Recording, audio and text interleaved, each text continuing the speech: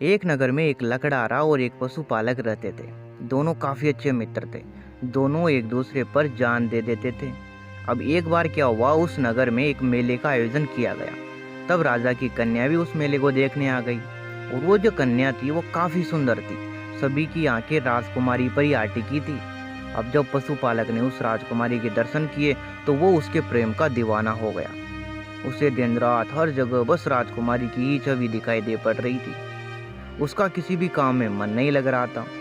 अब उसकी ये हालत देखकर उसका जो दोस्त था वो बेचारा चिंता में पड़ जाता है। उसने अपने मित्र पशुपालक से इस दशा के बारे में पूछा। तब वो बताता है कि उसे तो राजकुमारी से प्रेम हो गया है और अब तो वह उसके बिना एक दिन भी जीवित नहीं रह सकता।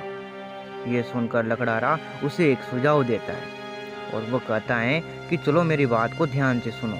वो जो राजकुमारी है वो शिव भक्त हैं, शंकर भगवान की बहुत बड़ी भक्त हैं। अब हम ना ऐसा करते हैं कि इस माह की जो शिवरात्रि आ रही है उस पर राजकुमारी से शिव का रूप धारण करके मिलने के लिए कह देते हैं, तुम उससे मिल लेना।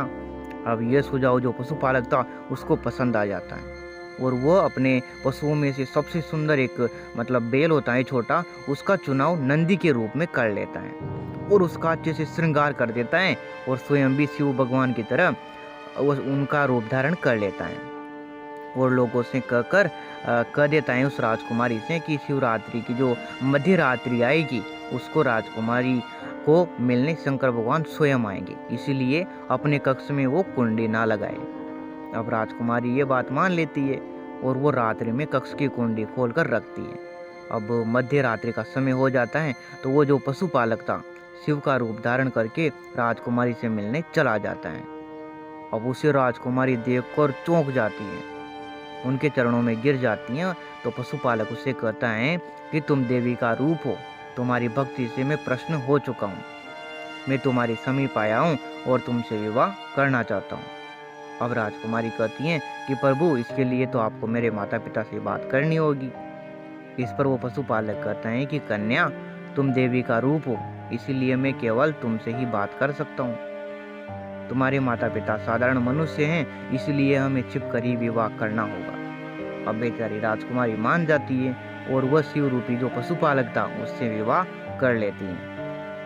अब पशुपालक रोजाना अर्धरात्रि में राजकुमारी के पास शिव का रूप धारण करके आता है। रोज कोई राजकुमारी के कक्ष में आता है। इसका जो उसकी दासियां थी उसको संदेह हो जाता है, तो दासियां ये बात जाकर महारानी को बता देती है।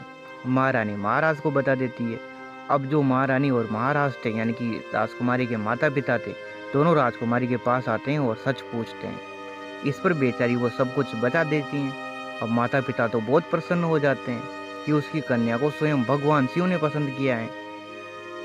वो राजकुमारी से अपने जो जमाता हैं यानी कि उनके जो उसके जो पति हैं उससे मिलवाने के लिए कहते हैं। तब राजकुमारी कहती हैं कि वे साधारण मनुष्य से नहीं मिलते हैं, अगर आप चाहें तो उन्हें देखना चाहते हैं तो रात्रि में छिप कर देख सकते हो। तो माता पिता यही करते हैं। अब रात्रि में वो पशुपालक को शिव समझकर बहुत खुश होते हैं। अब इसी खुशी के कारण राजा अपने साम्राज्य को बढ़ाने के लिए आसपास के जो भी राज्य थे उन पर आक्रमण करना शुरू कर देते हैं कि अगर मुझ पर कोई अटैक करेगा तो शिव भगवान बचा ही लेंगे। उन्हें लगता है कि जिस राज्य का जामाता भगवान शिव हैं वो राज्य कैसे हार सकता है। अब देखते ही देखते वो छोटे छोटे युद्ध महासंग्राम में बदल जाते हैं और राज्य चारों तरफ से घिर जाता है। अब संकट के समय महाराज अपनी बेटी से कहते हैं कि वो भगवान शिव से कहें कि वो संकट से बाहर निकालें। अब राजकुमारी बेचारी ऐसा ही करती है। जब वो पशुपालक रात्रि में मिलने आता है तो वो उससे पूरी बात बता देती है। अब पशुपालक बेचारा चिंतित हो जाता है, ना डर कर भाग सकता है और ना ही अकेले युद्ध कर सकता है। वो एक नया उपाय सोचता है। दोस्तों, नया उपाय जानने से पहले अगर वीडियो अच्छा लग रहा है तो लाइक जरूर करें, चैनल पर नए हो तो सब्सक्राइब जरूर करें। अब दोस्तों वो शिव जी का तांडव नृत्य सीख लेता है और अपने मित्र लकड़हारे की मदद से एक उड़ने वाला नंदी बना लेता है। अब जैसे ही रात्रि का समय होता है तो वो सीमा पर जाकर आकाश में नंदी पर बैठकर सबके सामने जाता है और उसे देखकर सब डर जाते हैं। फिर वो धरती पर उतरता है और वो जो क्रोध रूपी शंकर भगवान तांडव करते हैं तो वो तांडव करने लगता है क्योंकि उसने नृत्य सीख ही चुका था। जिससे वो सभी सैनिक दूसरी जो सेना थी वो डर जाते हैं और वहाँ से भाग जाते हैं। इस प्रकार पशुपालक अपने राज्य को संकट से बचा लेता है, लेकिन उसे अपनी भूल का एहसास हो चुका था। इसीलिए वह राज्यसभा में जाता है और अपनी गलती को स्वीकार कर लेता है। सभी दरबारी जो थे वो चौंके रह जाते हैं।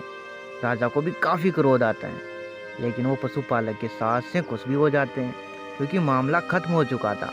अगर पशुपालक चाहता तो अपना नाटक जारी रख सकता था, लेकिन उसे अपनी गलती का एहसास हुआ और उसने बिना परिणाम की सोचे सभी के सामने अपनी हार को अपने आप को कबूल कर लिया। राजा को भी अपनी गलती का एहसास हो गया कि उसने बिना सोचे समझे राज्यों पर हमला कर दिया। अगर पशुपालक उपाय नहीं करता तो अपना राज्य हार गया होता। सब कुछ सोचने के बाद राजा पशुपालक को क्षमा करते हैं और अपनी कन्या का विवाह करके उसे राज्य में सम्माननीय पद से उसे सम्मानित करते हैं। दोस्तों, ये कहानी हमें शिक्षा देती है कि उपाय से आसानी से परेशानी को सुलझाया जा सकता है, लेकिन हमें ये भी सीख देती हैं कि अपनी इच्छा पूर्ति के लिए झूठ बोलने का परिणाम कितना भयानक हो सकता है। और दूसरा कि बिना वास्तविकता को पता किए निर्णय लेना जानलेवा हो सकता है। आई थिंक आपको अच्छी लगी होगी, तो वीडियो को लाइक ज़रूर करें। मिलते हैं मॉर्निंग में वापस सुबह 6 बजे। तब तक के लिए आप सभी का बहुत बहुत धन्यवाद।